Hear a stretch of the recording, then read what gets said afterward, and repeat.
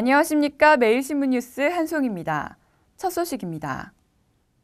K2 공군부대가 주변 동네를 폭발물 제한 보호구역으로 지정해 주민들의 재산권이 제한되고 있는 반면 자신들은 이곳에 건물을 신축하겠다고 나서 반발을 사고 있습니다. K2 공군기지 인근 동네입니다. 이곳은 공군기지가 들어설 당시인 1950년대부터 폭발물 제한 보호구역으로 지정돼 건축물을 신축할 수 없는 등 재산권의 제한을 받아오고 있습니다. 이 때문에 주민들은 수십 년 된 낡은 집을 땜질해가며 살거나 차라리 동네를 떠나고 있는 실정입니다. 하지만 정작 이런 규제를 만든 공군부대 측은 자신들의 필요에 따라 제멋대로 규정을 넘나들고 있습니다.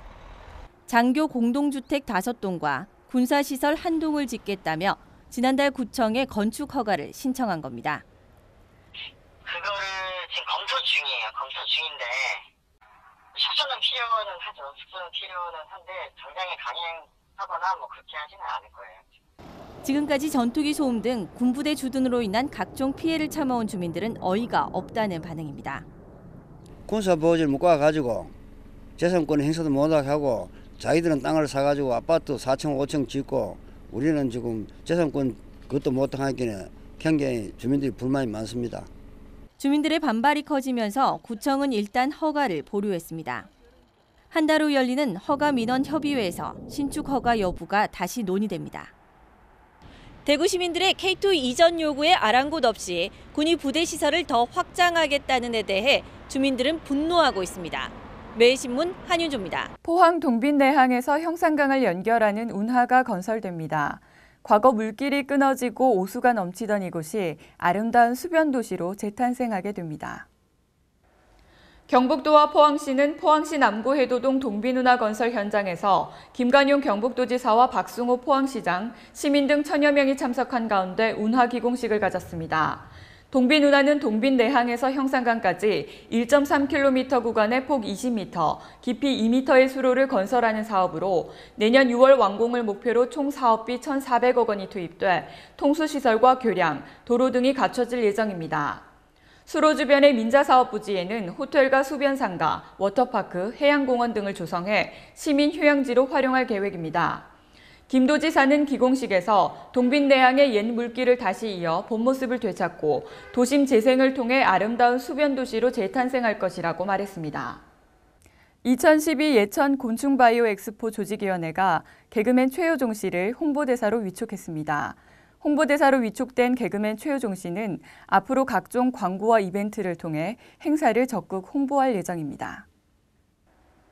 2012 예천 곤충바이오 엑스포 조직위원회는 개그맨 최효종 씨를 홍보대사로 위촉했다고 밝혔습니다. 조직위원회는 최근 한 개그 프로그램의 사마귀 유치원에 출연해 많은 인기를 얻고 있는 최효종 씨가 곤충바이오 엑스포 행사에 가장 어울린다고 보고 홍보대사로 영입했다고 설명했습니다.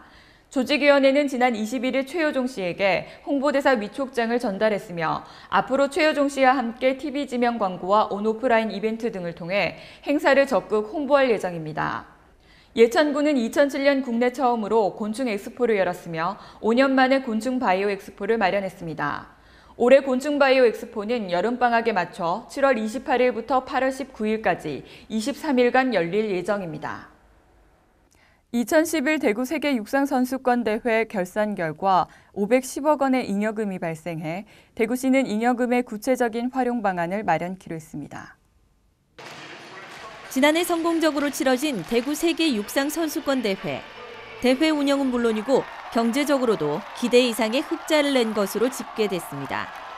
조직위 결산 결과 잉여금이 510억 원에 달한 겁니다. 전체 사업비 2,200억 원 중 4분의 1이 남았습니다. 이처럼 대회가 흑자를 낼 수 있었던 것은 경기장과 선수촌을 새로 짓지 않고 기존 시설을 잘 활용한 덕분입니다. 사업 수익도 커서 659억 원의 성과를 올렸습니다.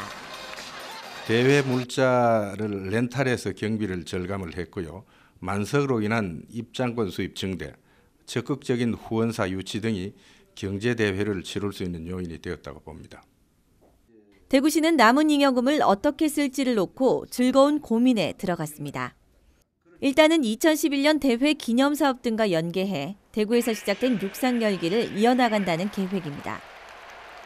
2011 대구 세계 육상 선수권 대회의 성공적인 마감은 경쟁적으로 국제 행사 유치에 나서고 있는 각 지자체들에게 허리띠를 졸라매고 내실을 기하는 것이 중요하다는 교훈을 남겨주고 있습니다.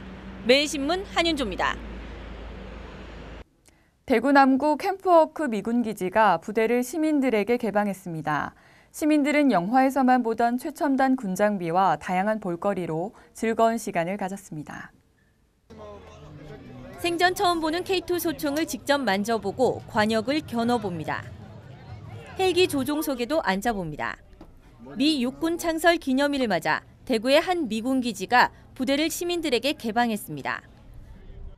대구에 미군 부대가 있었다는 걸 알고 있었는데 이번에 개방하게 돼서 와보니까 미군 군인들과 같이 사진도 찍고 좋은 체험 활동을 할 수 있어서 좋았던 것 같습니다. 블랙호크와 아파치 등 미군과 한국군의 헬기에서부터 장갑차 등 다양한 전투 장비가 전시됐습니다. 군악대 연주와 특공 무술팀의 무술 시범 같은 볼거리도 풍성했습니다. The purpose of this event is to celebrate the Iraq and U.S. alliance and to open our gate as just a small part of the overall Namgu neighborhood. 미군은 지역 주민들을 위해 11년째 이어온 부대 개방 행사 외에도 영어 공부방 운영 등 다양한 활동을 펼치고 있습니다. 매일신문 한윤조입니다. 초여름의 날씨가 계속되고 있는데요. 오늘은 구름이 많이 끼고 일교차 큰 날씨가 이어지겠습니다. 대구 경북 낮 최고 기온은 16도에서 29도로 어제와 비슷하겠습니다. 이상으로 5월 23일 매일신문 뉴스를 마치겠습니다. 시청해주신 여러분 감사합니다.